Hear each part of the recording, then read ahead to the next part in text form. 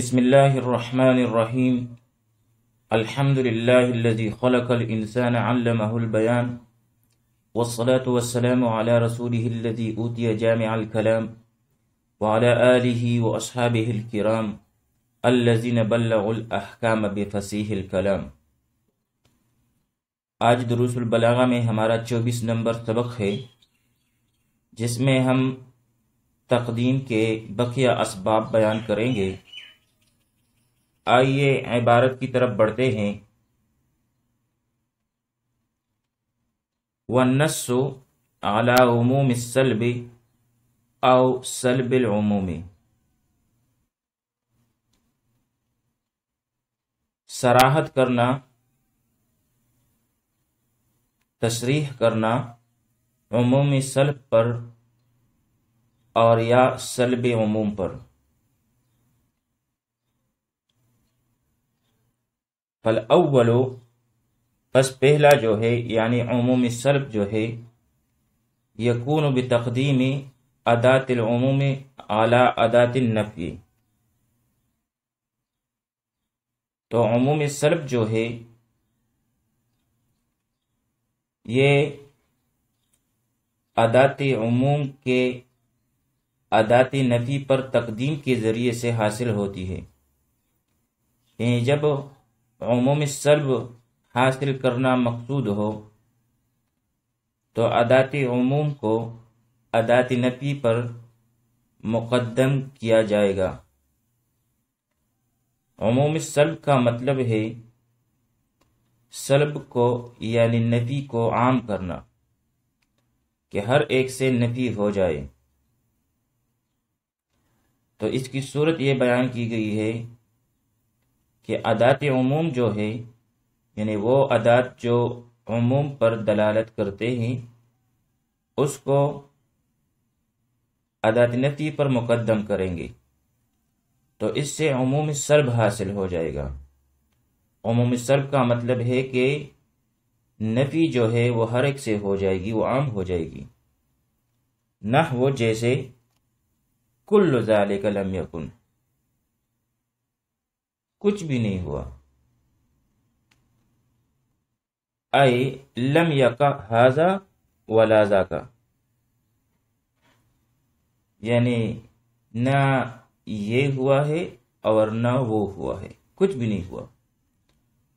تو نفی کی عمومیت پر یہ دلالت کر رہا ہے کہ ہر ایک سے نفی ہو جائے۔ اور دوسرا جو ہے سلب عموم، یعنی عموم کو سلب کرنا، عموم کو ختم کرنا۔ تو والثانی، سلب العموم جو ہے دوسرا یعنی سلب العموم جو ہے، یکون بتقدیم اداة النفی علی اداة العموم، تو وہ اداة نفی کا اداة عموم پر تقدیم کے ذریعے سے حاصل ہوتی ہے۔ یعنی اداة نفی جو ہے وہ پہلے لایا جائے گا اور پھر اس کے بعد اداة عموم لایا جائے گا، تو یہ سلب العموم پر دلالت کرے گا، یعنی عمومیت جو ہے وہ سلب ہو جائے گی۔ نحو جیسے لم یکن کل ذالک،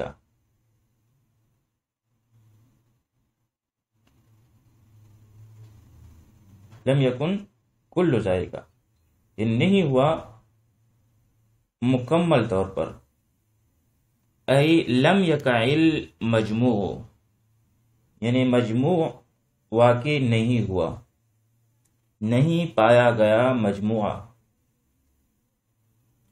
فیحتمل، پس یہ احتمال رکھتا ہے ثبوت البعض، بعض کے لیے ثبوت کا، ویحتمل اور احتمال رکھتا ہے نفی کل فرد، کل افراد کی نفی کا۔ تو بھائی یہاں پر چھٹا سبب جو بیان کیا گیا تقدیم کے لیے اور تاخیر کے لیے، تو وہ ہے عمومی سلب اور سلب العموم پر دلالت کرنے کے لیے، اس کی صراحت کے لیے۔ تو پہلا جو ہے عمومی سلب یعنی نفی کی عمومیت، نفی کو عام کرنا، یہ حاصل ہوتا ہے حروف عموم کو حروف نفی پر مقدم کرنے سے، جیسے کل ذالک لم یکن، تو اس مثال میں کل ذالکہ میں جو کل ہے یہ حرف عام ہے، اور لم یکن میں جو لم ہے یہ حرف نفی ہے،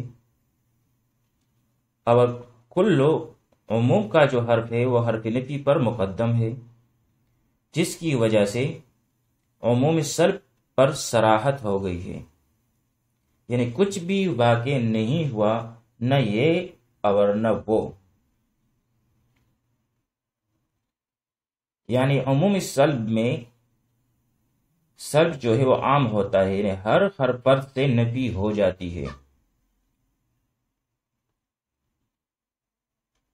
اور دوسری صورت جو ہے سلب العموم،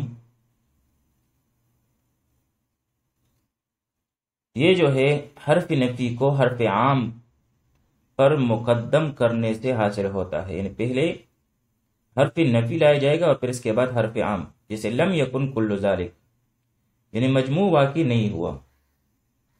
تو بھائی اس میں یہ بھی احتمال ہے کہ بعض افراد کے لیے حکم ثابت ہو، اور اس کا بھی احتمال ہے کہ کل افراد سے حکم کی نفی ہو۔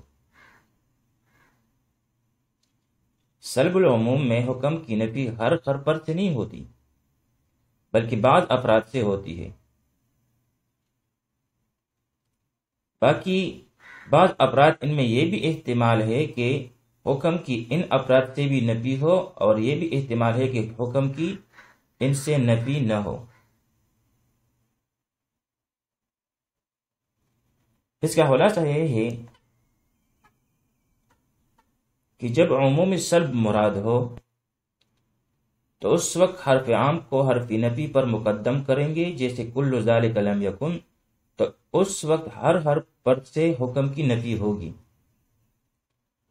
اور جب سلب عموم مراد ہو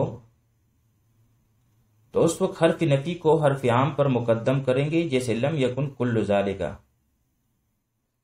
تو اس میں نفی ہر فرد سے نہیں ہوگی بلکہ مطلقاً نفی ہوگی۔ تو اس میں احتمال یہ بھی ہے کہ یہ نفی جو ہے ہر فرد سے نہ ہو، بلکہ بعض افراد ایسے بھی ہوں جن سے یہ نفی نہ ہو، یعنی مطلقاً نفی ہے۔ تو یہاں تک یہ چھٹا سبب ہوا، اور ساتواں سبب جو ہے تقدیم کا وہ ہے تقویت الحکم، حکم کو تقویت دینا، اذا کان الخبر فعلا، جبکہ خبر جو ہے وہ فعل ہو، نحو جیسے الہلال ظہر، چاند نکل آیا، وذالک لتکرار الاسناد، اور یہ اسناد کی تکرار کی وجہ سے حاصل ہوتا ہے، یعنی تقدیم کے اسباب میں سے ساتواں سبب جو ہے وہ حکم کو مستحکم اور قوی کرنا ہے، اور یہ حکم کو قوی کرنا یہ اسناد کی تکرار سے حاصل ہوتا ہے، اور اسناد کی تکرار اس وقت ہوگا جب خبر فعل ہو، جیسے اس مثال میں الہلال ظہر، اس میں الہلال مبتدا ہے، ظہر فعل ہے، اور اس میں ہو ضمیر مستتر اس کا فاعل ہے، اور پھر یہ جملہ خبریہ ہو کر یہ خبر ہے الہلال کے لیے۔ تو اب یہاں پر اس میں تکرار اسناد اس طرح سے ہے کہ ظہر فعل کی اسناد فاعل کی طرف دو دفعہ جو ہے وہ ہوئی ہے۔ ایک دفعہ ظہر کی اسناد اپنے ضمیر مستتر جو کہ اس کا فاعل ہے ہوا، اس کی طرف ہوئی ہے، اور پھر یہ ظہرا جو ہے یہ جملہ ہو کر اس کی اسناد الہلال کی طرف، تو یہ اسناد کا تکرار ہے جس کی وجہ سے حکم قوی ہو گیا ہے، جس کا معنی بنتا ہے یقیناً چاند نکل آیا۔ تو بھائی کبھی حکم کو تقویت دینے کے لیے بھی بعض اجزاء کو مقدم کیا جاتا ہے بعض دیگر اجزاء پر۔ اسی طرح 8واں سبب جو ہے تقدیم کا وہ ہے وہ تخصیص ہو، تخصیص کے لیے یعنی کیا کسی چیز کو خاص کرنا اور اس کے حصر کے لیے، نحو جیسے ما انا قلتو، میں نے نہیں کہا، وَإِيَّاكَ نَعْبُدُ، اور ہم تیری ہی عبادت کرتے ہیں۔ تو بھائی تقدیم کے اسباب میں سے 8واں سبب جو ہے وہ تخصیص ہے، حصر کرنا، یعنی تقدیم و تاخیر فعل کو اس کے متعلقات کے ساتھ خاص کرنے اور اس پر قصر کرنے کے لیے بھی آتے ہیں۔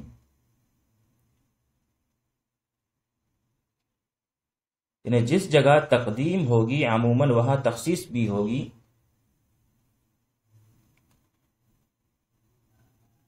پھر اس میں عموم ہے، تقدیم مفعول کی ہو یا غیر مفعول کی، فعل پر ہو یا غیر فعل پر، ہر قسم کی تقدیم جو ہے عموماً تخصیص کا فائدہ دیتی ہے۔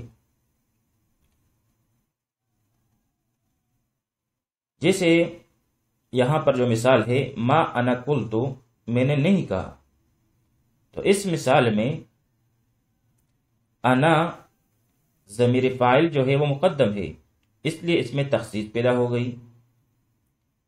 اسی طرح ایاک نعبد اصل میں نعبد کا تھا، نعبد کا، ہم عبادت کرتے ہیں کا تیری، تو اس میں مفعول کے فعل سے مقدم ہونے کی وجہ سے تخصیص پیدا ہو گئی، ضمیری منصوب متصل کی جگہ ضمیری منصوب منفصل لایا گیا، اور اس کی تقدیم کی وجہ سے اس میں حصر پیدا ہو گیا، اور اس کا ترجمہ ہے ہم تیری ہی عبادت کرتے ہیں۔ یہاں پر 2 مثالیں دی گئی ہے، اول منفی کی اور دوسرا مثبت کی۔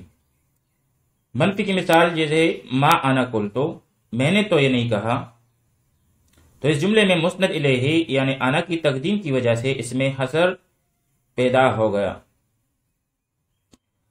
مطلب اس جملے کا یہ ہوگا کہ میں نے تو نہیں کہا، ہاں البتہ ہو سکتا ہے میرے علاوہ کسی اور نے کہا ہو، لیکن جہاں تک میرا تعلق ہے تو میں نے یہ نہیں کہا۔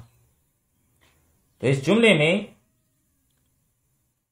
متکلم نے اپنے سے ایک بات کی نفی کی ہے، اور اس جملے کے مفہوم سے اسی بات کا کسی دوسرے کے لیے اس بات بھی کیا جا سکتا ہے، لیکن متکلم کے لیے اس سے نفی ہی کی گئی ہے۔ اس کے برخلاف اگر وہ کہتا ما قلتو، تو اس کا ترجمہ ہوتا میں نے نہیں کہا، تو دوسرے کے لیے اس کی اس بات پھر ثابت نہ ہوتی۔ اسی طرح مثبت کی مثال ایاک نعبد ہے، ہم تیری ہی عبادت کرتے ہیں، یعنی عبادت کو تیرے ساتھ خاص کرتے ہیں اور غیر اللہ سے عبادت کی بالکلیہ نفی کرتے ہیں۔ یہاں تخصیص کا فائدہ جو ہے وہ ہم نے بیان کیا کہ وہ ضمیری منصوب متصل کو ضمیری منصوب منفصل کر کے مقدم کرنے سے حاصل ہوا ہے، اور اگر جملے کو اپنی حالت پر باقی رکھ کر یوں کہا جاتا نعبدک، تو اس کا ترجمہ ہوتا ہم تیری عبادت کرتے ہیں، تو اس سے اللہ رب العزت کے لیے عبادت کا ثبوت تو ہو جائے گا، مگر غیر اللہ سے عبادت کی نفی کا معنی حاصل نہ ہوگا۔ اسی طرح 9واں سبب جو ہے تقدیر کا وہ ہے والمحافظۃ علی وزن او سجع،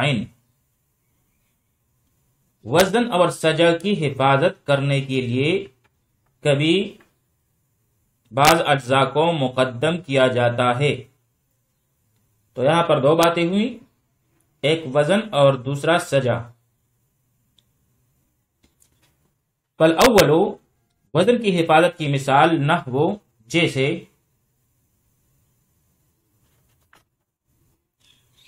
اذا نطق السفیہ، جب کوئی احمق شخص بات کہے فلا تجبہ، تو اس کا جواب مت دو۔ اذا نطق السفیہ، جب کوئی احمق شخص بات کہے فلا تجبہ، تو اس کا جواب مت دو۔ فخیر من اجابتہ السکوت، کیونکہ اس کو جواب دینے سے بہتر ہے چپ رہنا۔ اب یہاں پر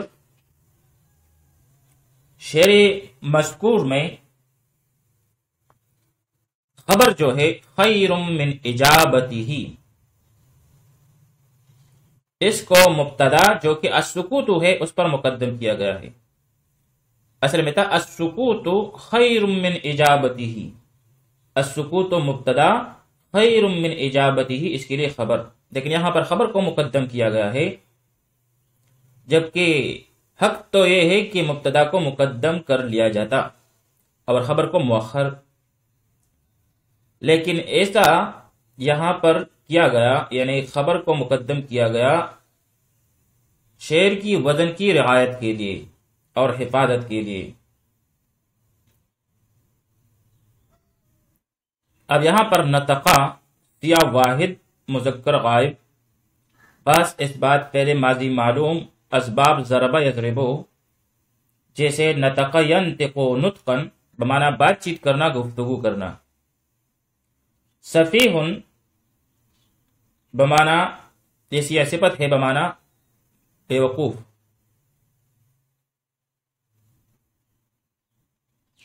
اور جمع اس کی جو ہے سفہاء آتی ہے۔ فلا تجبہ، لا تجبہ سیاہ واحد مذکر حاضر، بحث نہیں حاضر معلوم اسباب افعال، جیسے اجاب یجیب اجابتن بمعنی جواب دینا۔ السکوت یہ مصدر ہے باب نصر ینصرو سے، سکت یسکت سکوتن بمعنی خاموش رہنا۔ مطلب شعر کا یہ ہے کہ جب بے وقوف آدمی کوئی بات کہے تو اس کا جواب نہ دے، اس کا جواب نہیں دینا چاہیے، کیونکہ اس کا جواب دینے سے خاموش رہنا بہتر ہے۔ جیسے کہ قرآن پاک میں بھی آتا ہے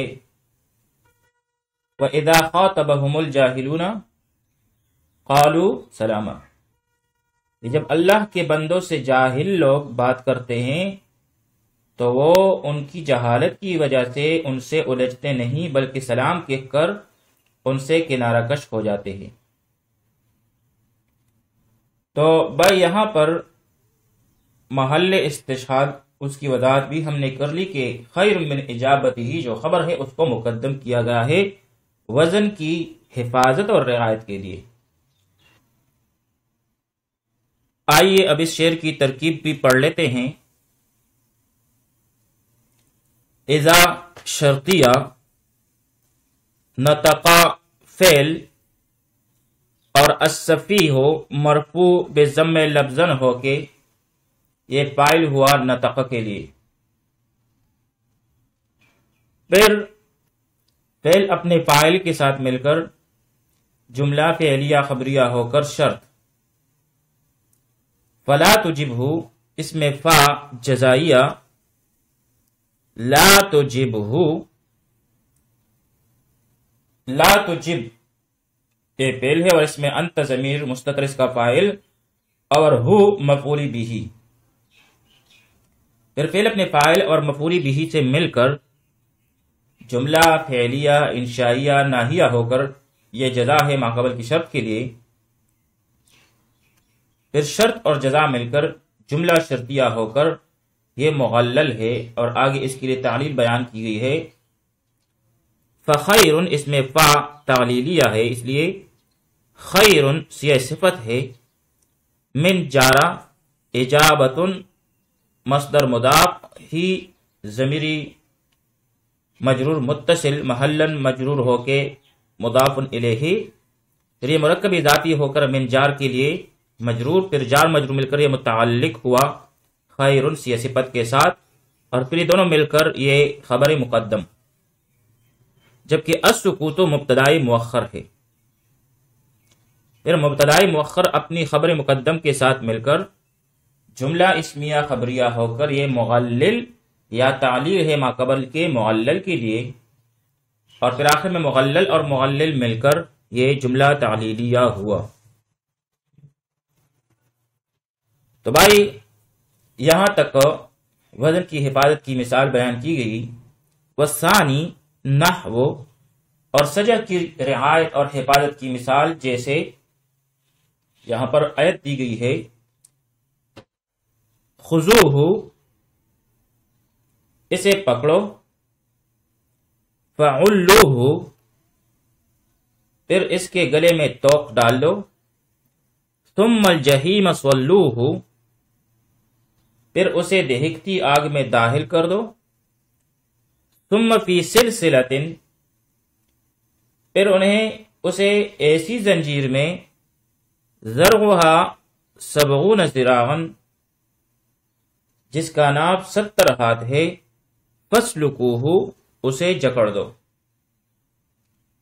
تو یہاں پر یہ آیت کریمہ جو ہے اس میں سجع کی حفاظت کی مثال بیان فرمائی گئی ہے۔ آیت مذکورہ میں ثم الجحیم صلوہ، اس میں الجحیمہ کو صلوہ پر، اور اسی طرح فی سلسلۃ ذرعھا کو فاسلکوہ پر مقدم کیا گیا، جبکہ نحوی قاعدے کے اعتبار سے یوں ہونا چاہیے تھا، ثم صلوہ الجحیم ثم اسلکوہ فی سلسلۃ ذرعھا 70 ذراعا، کیونکہ جملے میں فعل، فاعل اور مفعول تینوں کے جمع ہونے کی صورت میں پہلے فعل، پھر فاعل، اور پھر اس کے بعد مفعولی بھی اور مفعولی فیہ آتا ہے، مگر یہاں ان آیات میں فواصل کی رعایت کے لیے، سجع کی رعایت کے لیے تقدیم و تاخیر کی گئی تاکہ یکسانیت برقرار رہے۔ پھر آگے فرماتے ہیں وَلَمْ يُذْكَرْ لِكُلٍّ مِّنَ التَّقْدِيمِ وَالتَّأْخِيرِ دَوَاعٍ خَاصَّةً، کہ تقدیم اور تاخیر کے لیے ان میں سے ہر ایک کے لیے خاص اسباب بیان نہیں کیے گئے۔ کیوں؟ لِأَنَّهُ إِذَا تَقَدَّمَ أَحَدُ رُكْنَيِ الْجُمْلَةِ، کیونکہ جملے کے دو ارکان میں سے جب کوئی ایک مقدم ہوگا، تأخر الآخر، تو دوسرا خود بخود مؤخر ہوگا، فہما متلازمان، اس لیے یہ دونوں متلازم ہیں۔